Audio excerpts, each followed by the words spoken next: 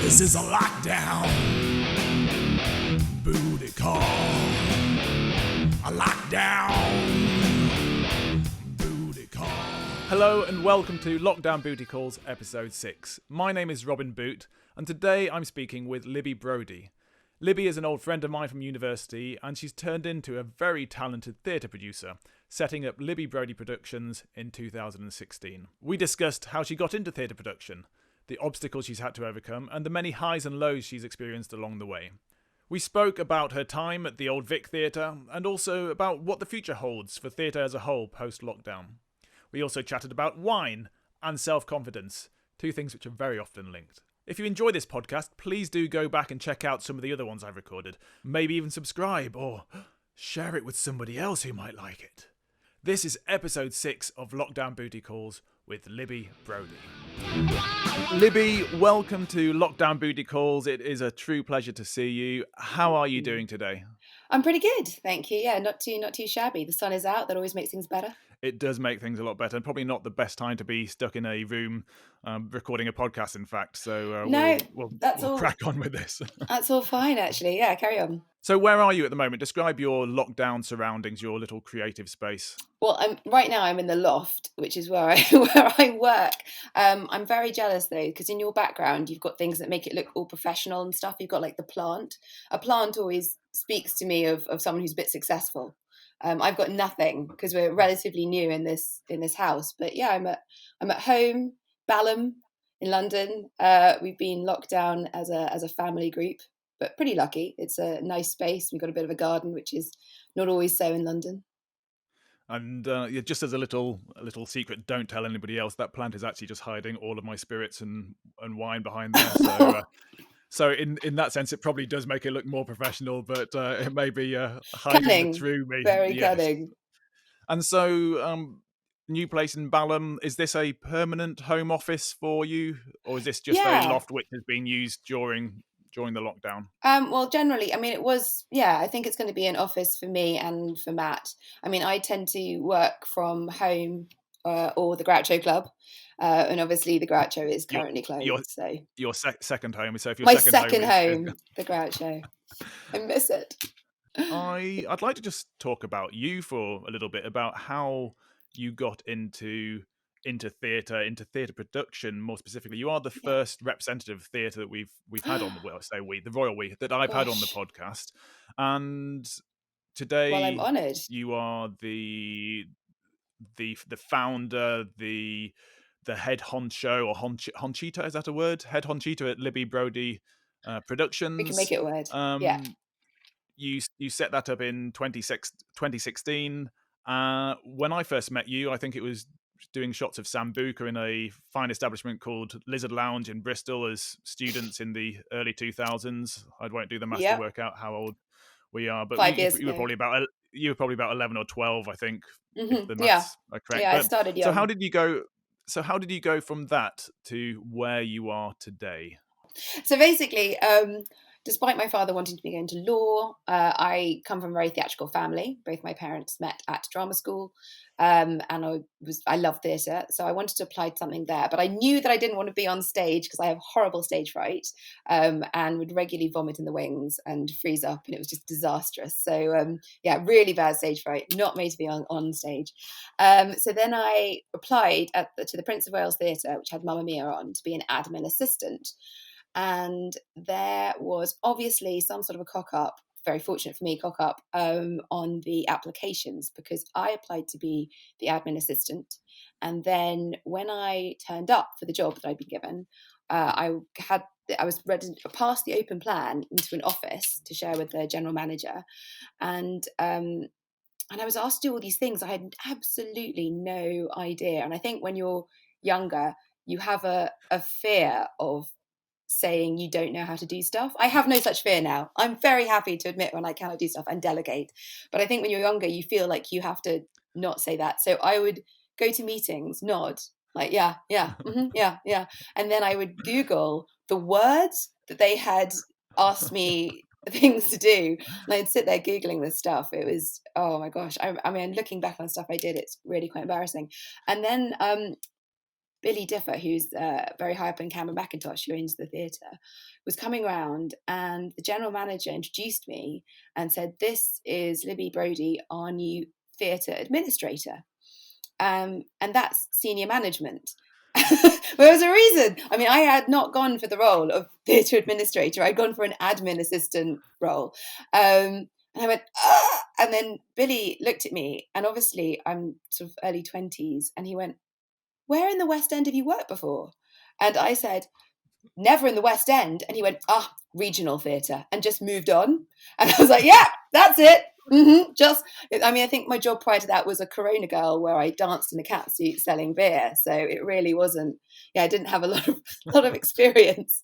There does seem to be a recurring theme throughout these podcasts that I'm recording with all the creatives I was speaking to is just try and blag it as much as possible. Say yes to everything, work out the logistics afterwards, and actually call on, you say you didn't want to appear on stage, but I think the acting background in your family came in very handy. Just say, "Oh yes, I'm more than qualified for this position." Yes, I don't know why you even question it. So I think you should try and do it without outright lying. I did say never the West End, and it was assumption, therefore, the regional. But I do think there is a lot. I think that my entire career has come from saying yes to stuff before I've really. In fact, maybe my whole life is down to saying yes to stuff without thinking it through, and just making it work. Because actually, then I was there. I think I survived there for a year, and then I went traveling, and then. I went too back big for that role, were you? I was like, "Look, guys, I know how to do this now." Bigger things abroad. I'm surprised that theatre didn't go under, to be honest. But anyway, so quit that, went traveling, tried various other things like theatre events, and tried directing. That was a disaster. I can't direct. I don't have the eye for it, but it's very useful, I feel, in theatre, probably probably in every industry, to try a number of different roles, because then at least you could kind of understand the skills and the work involved. And also to maybe rule them out. Rule them out. Just say, this sucks. Really small stuff that should have been obvious. That would have been obvious as an audience member. I just didn't get when trying to make it happen.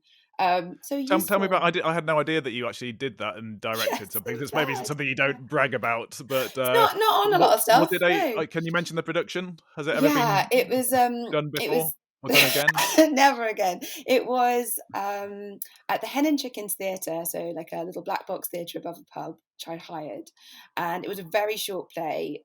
Another girl who actually is now a successful director and myself decided to take a short play each and do one act and then one act. And my actors, there was nothing wrong with them. I just didn't have the eye. And I remember a director who, was it director or was it stage manager? Anyway, someone that I worked with much later on came to see it and gave me this amazing tip. And it's so stupid when you think about it. I had two actors on stage, and when the lights went up, I had them start to act. And someone pointed out to me, and it's such a small change, that when the lights go on, you should be coming into a scene. So I should have had them moving as the lights came on, but instead I had them like dead puppets. And then the lights come on, and we're talking props, and it was just so awkward and bad. And it sounds a little bit like Acorn Antiques. What was it when everyone's just waiting, and then all of a sudden action.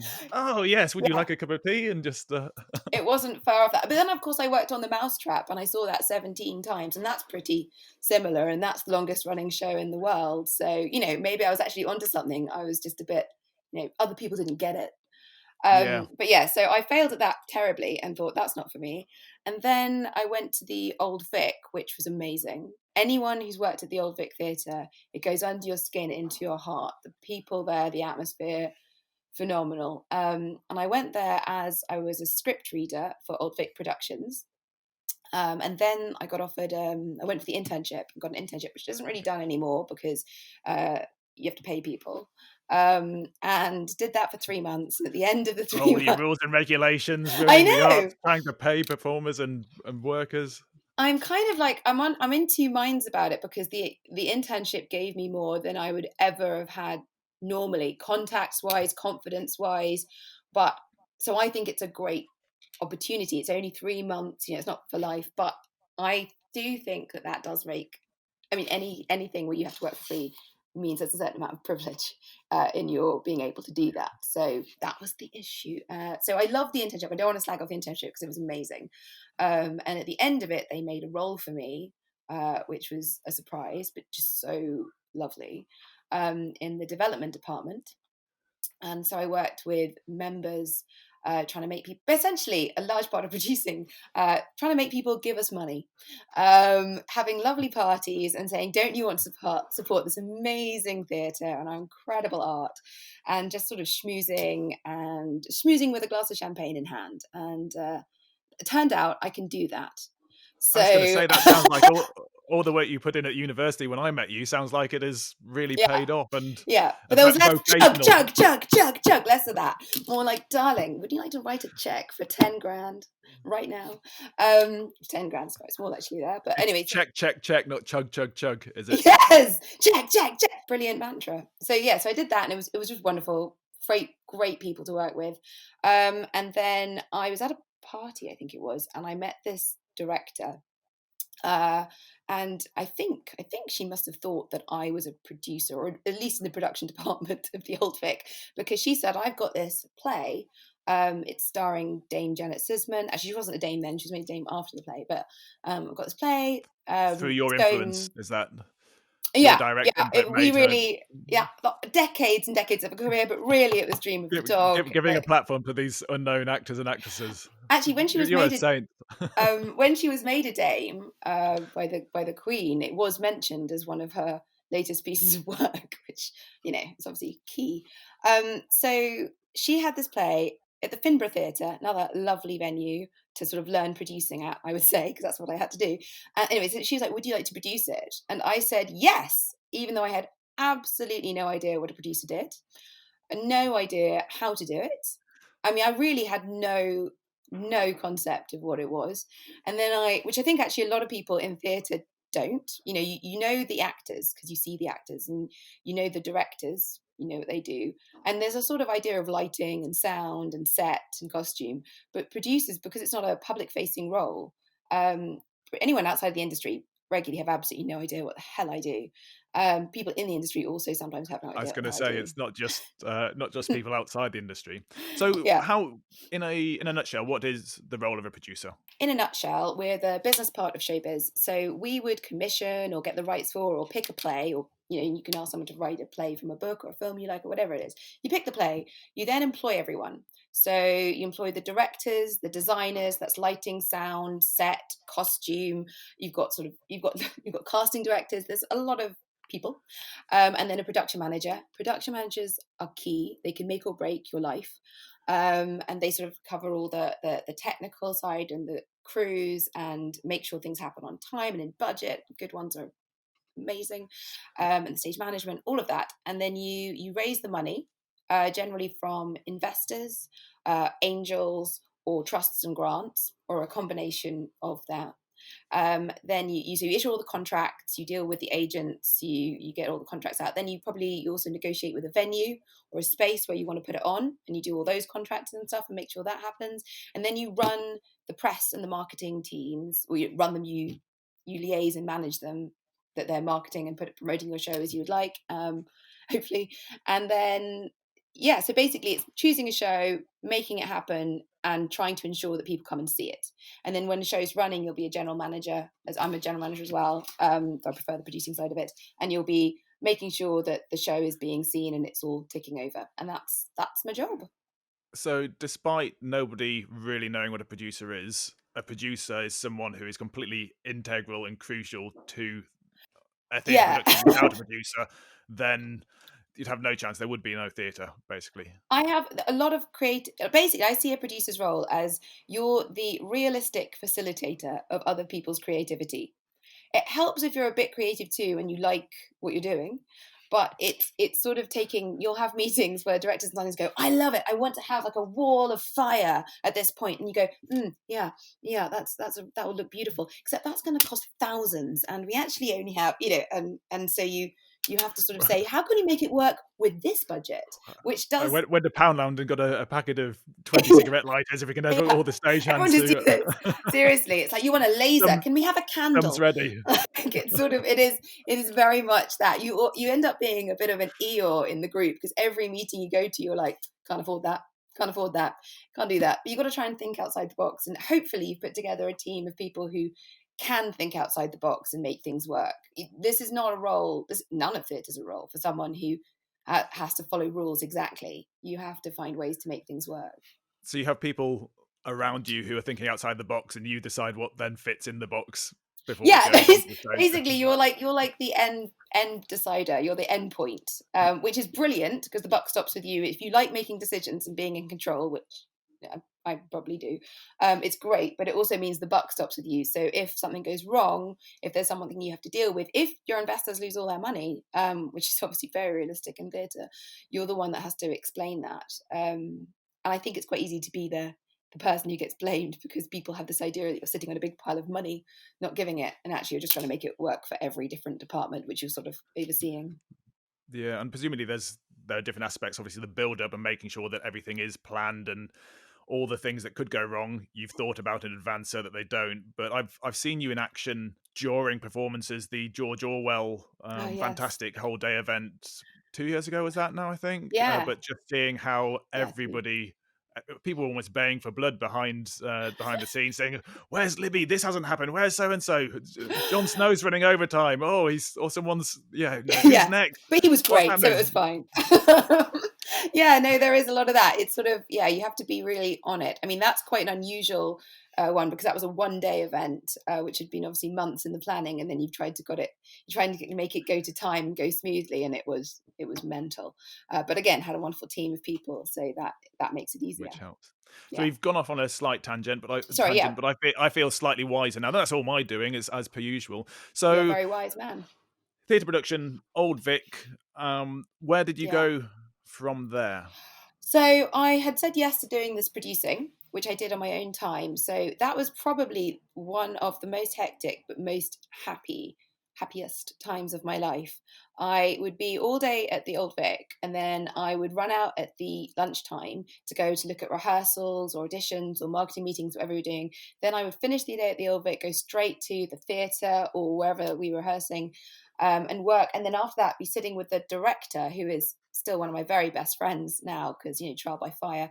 And we'd sit up until probably 1, 2 in the morning. There were quite a few, drinks as well, going through all the notes of the day and next plans and things like that. And then I'd be up again next morning going to the Old Vic. I mean, it was insane. I dropped like a stone. It was fantastic for my figure, except that the production manager at the Finbred took me aside and said he was worried about me because I was basically looking like a lollipop. But it's because I was just running about and not really eating, just sort of surviving off gin and tonics. I was going to say liquid diet. Yeah, worst diets out there, darling. But yeah, so it was fantastic. And then that show ended up getting 5 stars, and I think it was the Telegraph or the Independent said it was produced with care and flair. And I got contacted by ATG, which was at that time, and potentially still is, but at that time, the largest global theatre owner. And they asked if I'd like to transfer it to the West End in the Trafalgar Studios. And I was 26, and this was my first thing I ever produced. So I think maybe I was going, this is all right. This is easy. Why is everyone making a fuss? This is so easy. It's so easy. It just happens like that. I do remember Steve Winter, who was a great mentor at the Old Vic, was like, this doesn't normally happen, just so you know, on your first try.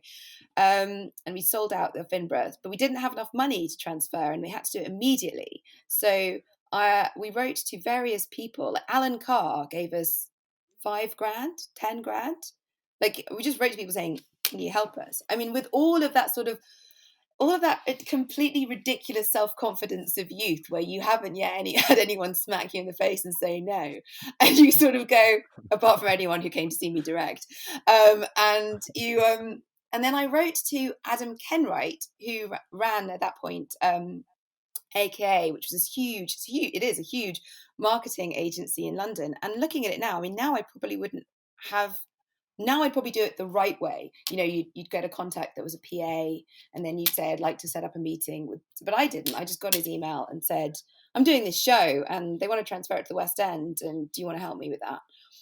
And I came in for a meeting with him, which is incredible that he actually took the time out. Like, he runs a huge company, New York based as well. And I had this meeting with him. I do think there is a lot to be said for the confidence of youth, because you get a lot more done, I swear. And So stupidity and is confidence. that pure confidence, or is it naivety? So So naivety yeah, masquerading as confidence, yeah, I think it's but it the idea. works, Like, yeah, whatever. I'm gonna. It did for me. And I went to this meeting, and he sat down and said, "Look, when I was going to have this meeting, I was going to tell you no, but now, like, I've met you and I've seen these. They collected all the clippings. He's like, I'm gonna. So they gave us money and they did our marketing for free.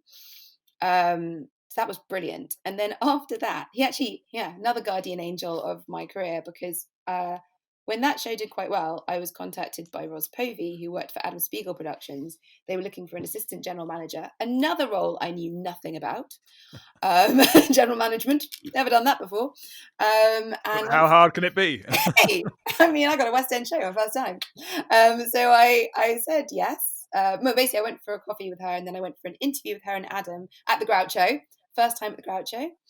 And and I was sort of talking about the success of Dream of the Dog, which was fantastic. And it was its European premiere, because it had come over from South Africa. And I was talking about that and said how I'd got it to the West End, and said that Adam Kenwright had given us some money and done the marketing for free. And Adam, my then-to-be boss, Spiegel, said, well, actually, I know Adam Kenwright. He's one of my best friends, and he doesn't really give money to shows. So I'm just going to call him right now. And he called him in the interview. And I remember thinking, I haven't made that up. Have I? I'm really sure he did. And Adam was very nice about me, and said they should give me a job. So they did. So I went back to the Old Vic, handed in my notice, and went over to work in my first sort of production company as assistant general manager. And I was there for 5 years, and eventually becoming the associate producer. So that transition, was that nerve-wracking? Was it exciting, or a combination of both? Because obviously the Old Vic is a huge establishment. People who've never even been to the theatre would have heard of the Old Vic, and to leave behind such a huge name in theatre to go off and work somewhere else, how did you feel about that? And were you apprehensive at all? No, because I was just excited about stuff. Because Okay. I honestly think that's down to that's down to maybe an experience. But I am, as a personality, always excited about what's next, which is why the current situation has been a real eye opener for me personally. Very good for my inner growth. But yes, I was like, yeah, let's do this. Let's go for it. And it was great. And then when I been there 4 years, Adam and I had my review, and he said that I was bossy, but would never be the boss, because it was his company, and I need to think about how long I was going to be happy being sort of like his second, or not being the boss, which I thought was really decent of him. And I took about a year.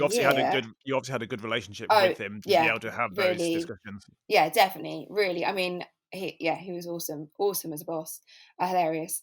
Very good times. And but very different, very, very different vibe to the Old Vic. So I sort of had the experience of working with somewhere which makes beautiful, worthwhile, like worthy, I hate that word, but like beautiful, crafted shows,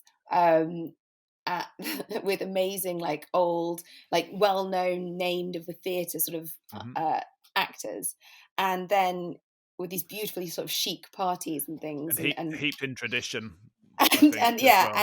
And absolutely a real sort of right in your bones theatre stuff. And then Adam Spiegel Productions did sort of musicals and tours, and it would be sort of like, let's cast a reality TV star, not far off that. It was sort of like, let's see what will get the audience in. It was far more commercially minded.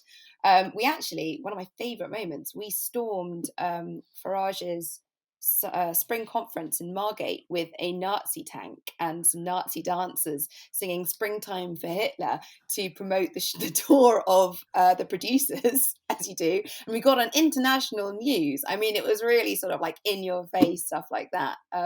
Great fun. Wish I'd done more of that now. And then so it was it was a brilliant thing to learn, sort of more tanks. More tanks. Bomb the fuckers. That's the way you get it done. So basically, that's just run them over with the tank.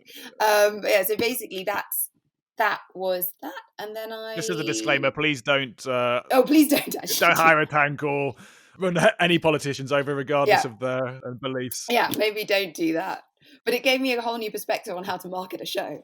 And then so then I went and I couldn't find another company I wanted to work for, to be honest. I really loved Alice Beagle Productions, and so I moved on to start my own, and that was the start of that. Yeah. And that was 2016. Yeah. And so, again, well, you know that I've set up my own businesses and things, and that can be nerve-wracking. Again, the beauty of being self-employed is that you reap the rewards, and everything that you put into it, you can say, I did this. But at the same time, it's nerve-wracking, isn't it? Oh, it's absolutely terrifying. There were times I sat there at my kitchen table thinking, what the fuck have I done? Because, I mean, I have no office, no income, no support network. I mean, I think people in, you'll probably know, anyone in the arts, you don't get into it for money. People get into it for love. And therefore, I actually think it's a very supportive industry, and people do reach out more and do help you. The number of people go for coffee with you or give you, like, do you a favor. I mean, that's kind of huge, I think, in theatre. And suddenly you're just on your own at your kitchen table going, what the fuck have I done? And I had no investors. I had no play. Nothing. I had nothing. So what were those first steps then? What was the first production? I'd gone to New York. I went to New York for a few months to sort of clear my head and see what was there. I always loved New York, and I had some savings from my job. A very wise thing to do with it. Go international. And I lived off those, and I met this brilliant writer called Dave Hansen, who'd written a play called Waiting for Godot, which was a three-hander, and it was the understudies waiting to go on to perform in Waiting for Godot. It was very funny, sort of slapstick farcical comedy. And I put that was my first show. When I came back to London, I put it on at what was then the St. James and is now the Other Palace. And that was brilliant. But I will be completely honest, like anyone who's thinking of a career in the arts, you just make sure you don't like money or anything like that. Because there will be times when your fake friends, money, prop money's fine, isn't it? You can get someone can make that easily. Oh, great. But it's not an industry for anyone who's like, because I think it's great fun when you're in your 20s, and then I do find a lot of people in their 30s, particularly actors, sort of look at other stuff they can do, because you've got all your contemporaries from university buying houses and going on luxury holidays and stuff, and you just can't, because it's not one for the income. And I was living off my savings when I started my own company for months, and I was double using tea bags. I had no heating on. You could see I was wrapped in blankets. I could see my breath. I was double using tea bags. And then that was around the time that I met my now husband. And I didn't want to tell him that I was totally, completely and utterly skint. And I had like a budget for food and stuff for life a week that I was adhering to.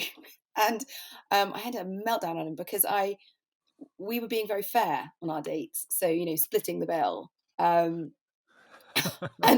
he was picking, I think I picked somewhere like, we'll go to this pub and we'll go for a walk. And then he was picking sort of Michelin-starred places. And it would mean that I wasn't eating for the rest of the week. I would sort of go, yeah, it's fine. I can do this. Split the bill. I'm a modern woman. I can do this. Yeah, it's cool. Which I am. But it was terrible. And then eventually we had this huge row because I had got us, again, through my contacts, I had got us theatre tickets. Again, if you're in theatre, a lot of people will do you favours like that. You can do a lot of dates on house wine and theatre tickets without anyone knowing that you have no money. So I had got us tickets to some show. I can't actually remember which show it was. And he suggested, let's go for dinner before. And he's like, I'll get us dinner before as you got the tickets. I was like, great. So I went to Balance in Soho, and he just didn't show up. And he was messaging me going, I'm on my way, been held up at work, order us martinis. So I ordered a vodka martini and a gin martini, just not a drink. And then I was like, well, you're nearly here, because if we need to order in the next 10 minutes, it's going to be done for the show. And he's like, yeah, nearly there. I ordered all this food. He didn't arrive. And I was sitting there going, oh he's got to pay for this. He's got to pay for that. I don't have the money to pay for it. I don't have the money to pay for it. Oh my gosh.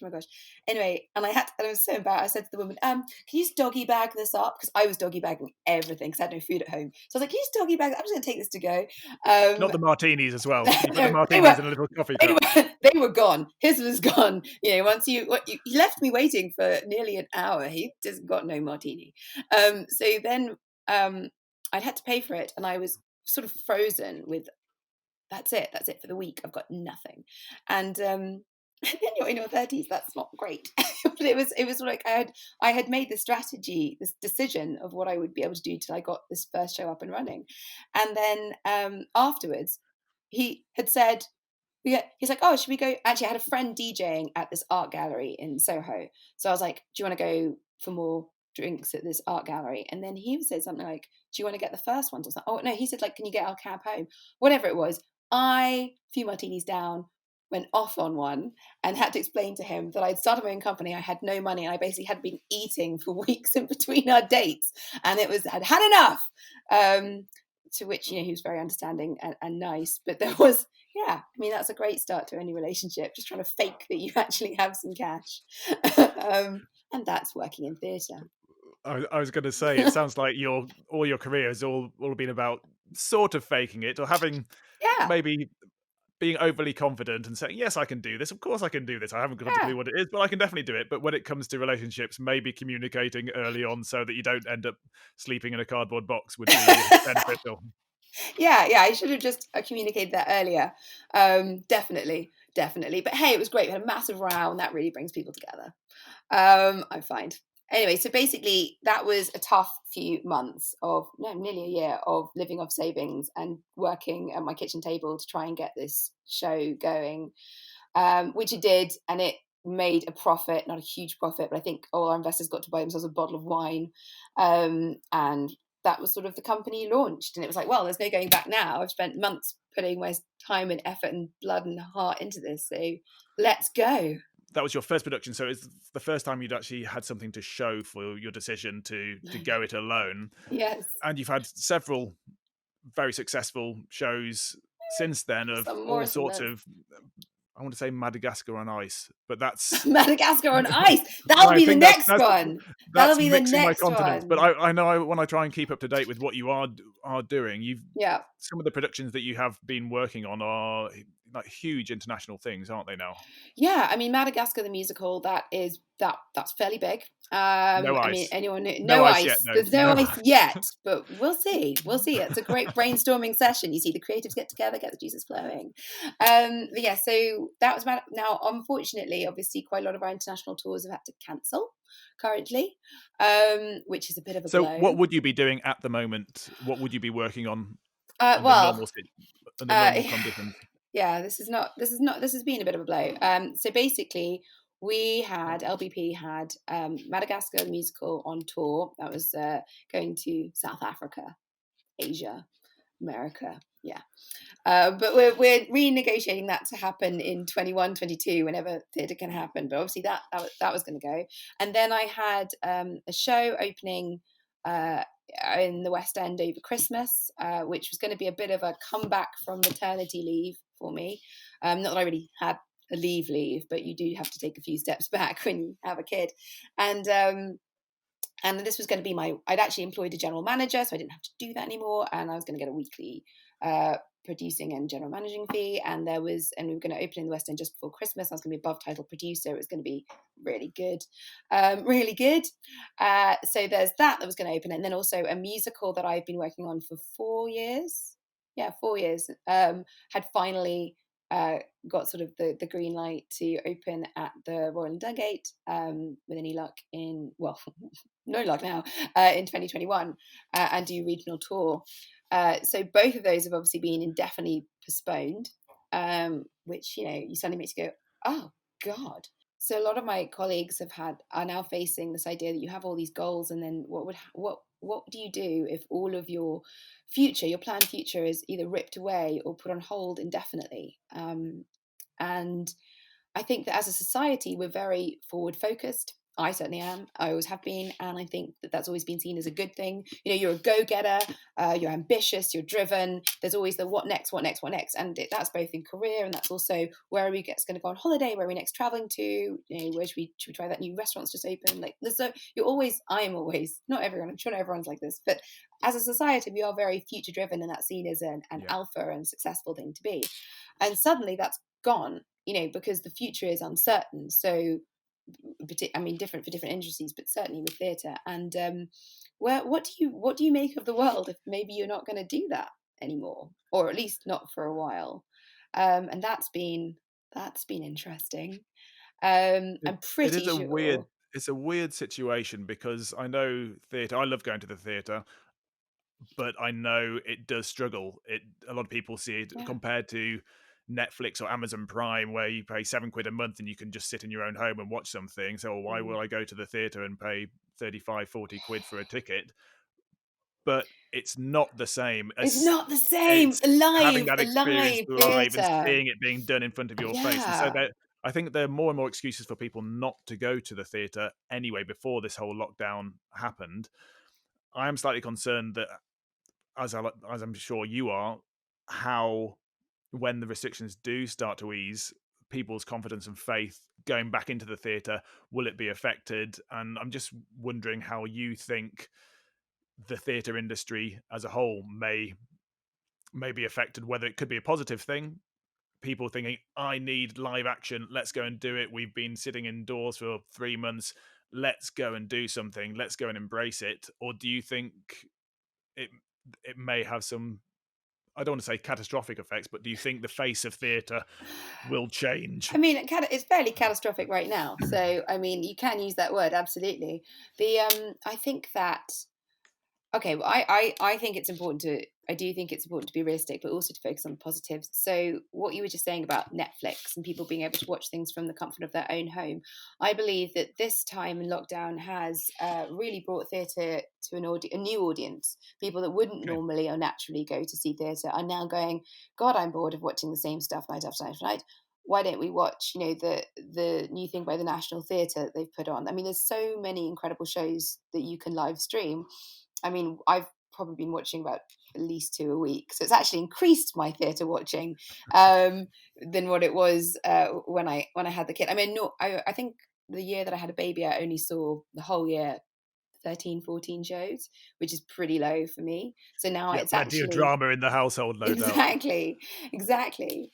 Um, so for me, I think that's been wonderfully accessible in lockdown, and I hope that other people have as well. I think it is going to get people more interested in the shows they can see. But there is a lot of pressure on producers and the industry to come up with new ways that we can create theatre, that we can entertain and reach people. And creatives are like weeds. I mean, you cannot stop us. Right, okay. Like you seem to I'm root glad them you out. qualified that. Everywhere they're disgusting to They're look at. awful. Get rid of them. Back with the bombs. No. So basically, yeah, you cannot stop. I mean, look at all the readings that are going on at Zoom. Look at the amazing orchestras and choirs we've seen going on. I mean, internationally. Yeah.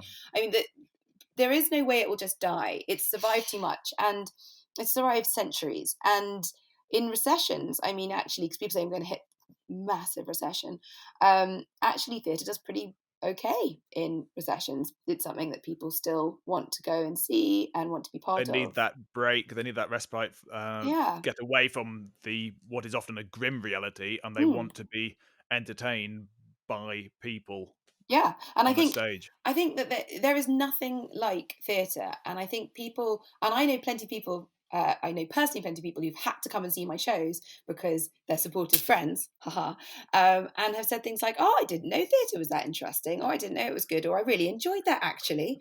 And so, I mean, people who I don't think have thought for some reason it's not for them, and now getting an opportunity to see things that actually are for them, and because theatre is for everyone. Just if you don't like theatre, you just haven't found the right particular genre or show for you, I believe. I think theatre often gets a bad rap and can be seen as stuff in elitist, because when you think of theatre, it's often the more classical theatre with esoteric language and themes which don't really affect your day-to-day person. But actually, as you said, it's so. No, this is just giving a stereotype. This is me playing probably the Devil's ex-rugby advocate, player but yeah. in me, or the same And thing. Yeah, who just likes saying them? Ugh. yeah, what idiots? Eh? Yuck, Who'd ever do that? jocks, But gross. But um, I mean, but then look I at think it. it gets to Sorry, that's why there's been a massive. I was saying it does have I think an unfair reputation sometimes, which has been broken down completely in the last even the last 5-10 years. I think Yeah. with some of the productions that you are seeing in the West End, we're both fortunate to be living within Greater London and have access to that. But I do think modern theatre, or even classical productions done with a modern twist, are so accessible to anybody and everybody. There's a huge enjoyment to be found in all different forms, and I think you're right. Sort of, I mean, everyone says it, I know, but the incredible success of Hamilton as a musical, that's done wonders, I think, for the genre, and people seeing that it's not sort of, I don't know, just something a bit more operatic, that it's got this sort of that it has finger on the pulse, it's modern and it's interesting, and there's a way to project that. But also, I think things like Punch Drunk and the rise of immersive theatre, where it's more experience led and you can be part of it. I mean, that is something which blows people's minds, because it's also theatre, but you're going into a room and you're following sort of a masked individual. You're wearing a mask, you're going into a cupboard and through a door, and all of that sort of stuff. Sleep No More in New York, I've seen it maybe 7 times, and each time's different. I mean, it's mental. And then you keep finding new rooms or crawling through places. I mean, it's amazing. So all of that is huge. And then you've got the rise of virtual reality in theatre, such as War of the Worlds that was on at the moment in London, where you put on a headset and you're going through the story, and you sort of have to climb through things, and things are coming in like holograms and stuff like that. I mean, it's there is a huge breadth that is covered by theatre. It's not just Shakespeare. Not that I hate Shakespeare, but I've seen quite a lot of Shakespeare. Sometimes you want to move on and see new things. And I think also people massively, what I found is people, when they think of theatre, think of West End. We're very lucky to have it. Lots of brilliant things on it. But it's a big theatre. You're back here. You're watching that on a proscenium arch stage. Whereas, in fact, if you go to some of the fringe theatres where it's a 50-seater or outdoor theatre or immersive theatre, and it's right up in your face, get right up in your grill, and that is where lots of people who think they don't like theatre realise that actually they do. Where the fourth wall is so flimsy. Yeah. It's almost made out of rice paper. It's like a Japanese Exactly. fourth wall, isn't it? Yes, you just poke right through that. Yeah, don't poke the actors. Don't poke the actors, though, please. Please, Yeah, that's another thing. We're learning so much. There should be Top signs going. Top tip Turn for off your theatre please turn off your mobile phones. Do not poke the Don't actors. poke the actors. But yeah, so it really is. There's so much out there, and I think it will come back. And the Arts Council have just released a £160 million emergency fund for the arts. 90% of which is funded by the National Lottery. So thank you, all you people who want to become millionaires. Thanks for playing, because you're keeping the arts going. And I mean, that's not only employing so many people, that's also bringing it brings billions to the economy. I can't remember what it was, 2.8 billion last year or something. But it's funding something that does grow and give back, and it's not just about money, it's about people's jobs and livelihoods and things like that. So I think with that grant, I've been fortunate to receive 2. Hey, so one for me as an individual producer, and one for the projects I was working on before. And with that, I am employing 2 composers at the moment over Zoom composition, to write the music for a show that was going to be opening at Christmas.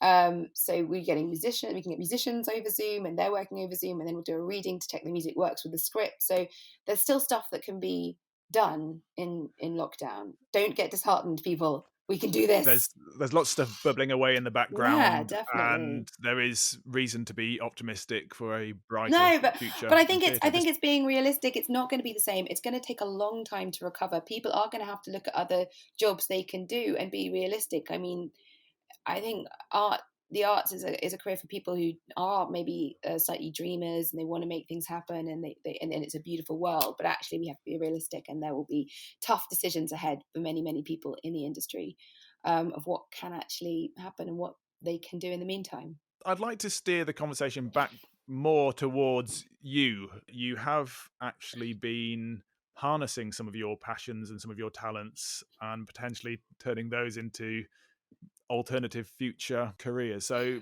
Yeah. just tell me a little bit about those. I mean, passion's probably the right word, isn't it? So I thought that I would enroll in a wine diploma, which is a real thing for those questioning that. But this is a wine diploma, WSET. Because it may as well make my my daily drinking productive in this state of lockdown. You open the wine, you're like, no, it's homework. So I'm studying wine at the moment. Yeah, I'm studying. Leave me to my revision. It's fine. Yeah, very little spitting in this household. But yeah, so basically I am learning all about wines and grapes at the moment. There is a bit more than I thought there would be, I'll be honest.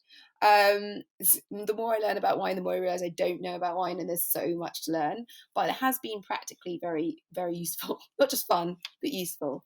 I can't believe I've been drinking wine for 20 years and never really understood before how to read a wine label.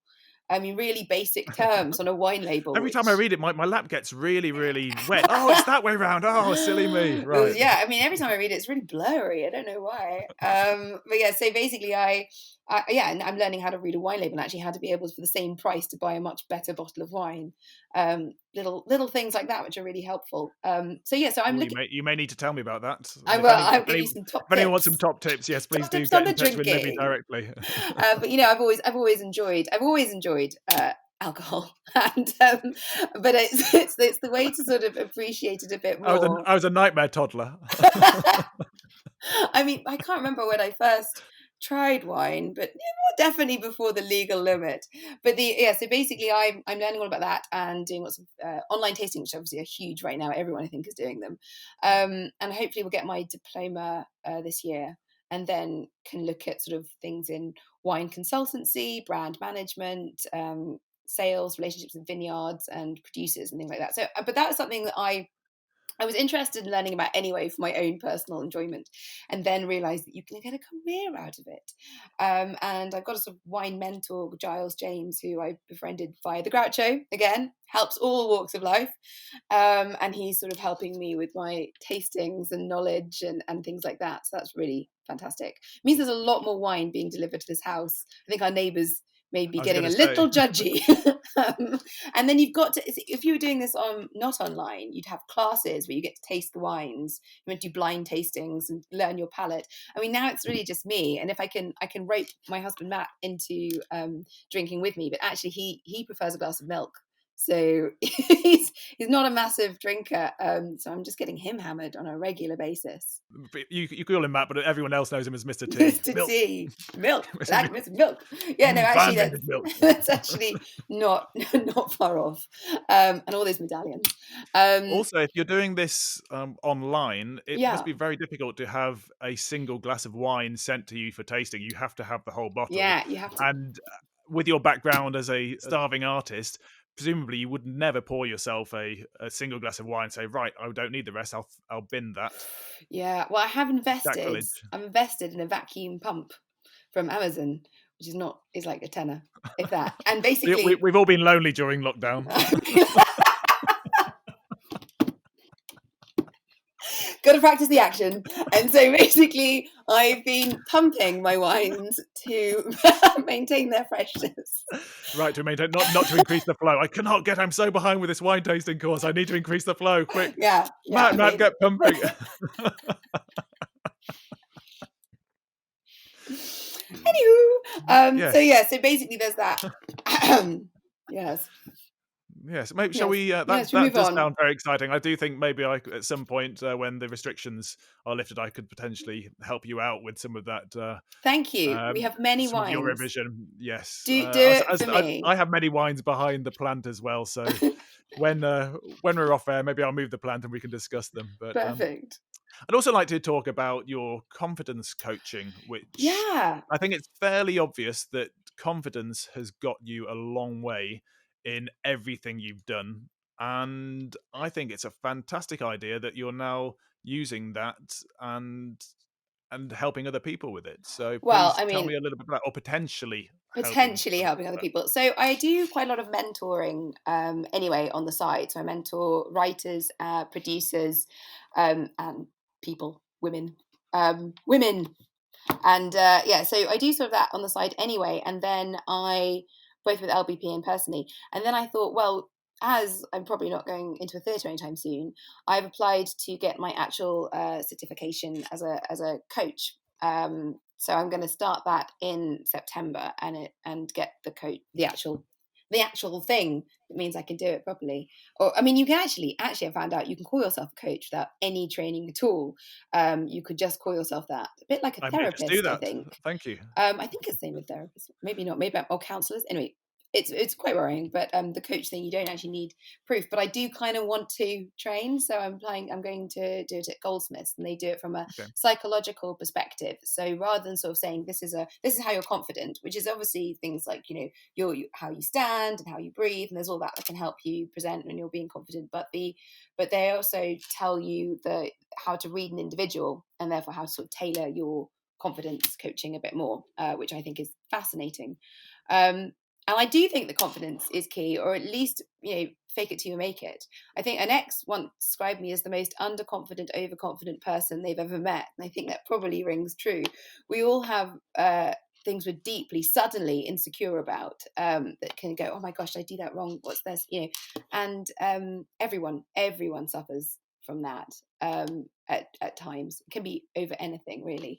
But I think that giving yourself a proper grounding in your own abilities, your own knowledge of yourself, and therefore the confidence to come out of that and do whatever it is you want to focus on, that's a very important tool. And I think right now, a lot of people are questioning life choices, who they are, who's important to them in their world, actually.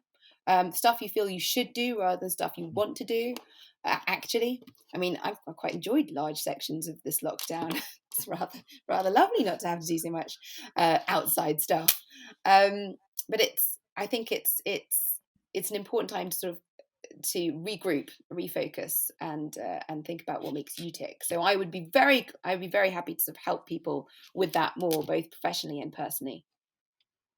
Oh, fantastic.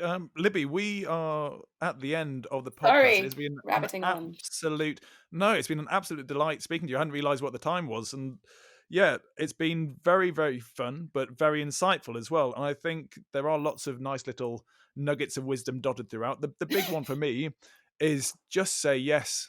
Just say yes to everything professionally, and work out the details later, because you have to have some self-confidence. With the caveat of, like, not if you're like a brain surgeon or something like that. It's very much in the arts world. And don't poke the actors. And don't poke the actors. Libby, it's been a joy. I'm sure that whatever the future holds for you, you will succeed in it, and you'll do it with a huge smile on your face. Absolutely. I hope to catch you in person very soon. Thank you for booty calling me. This is a lockdown.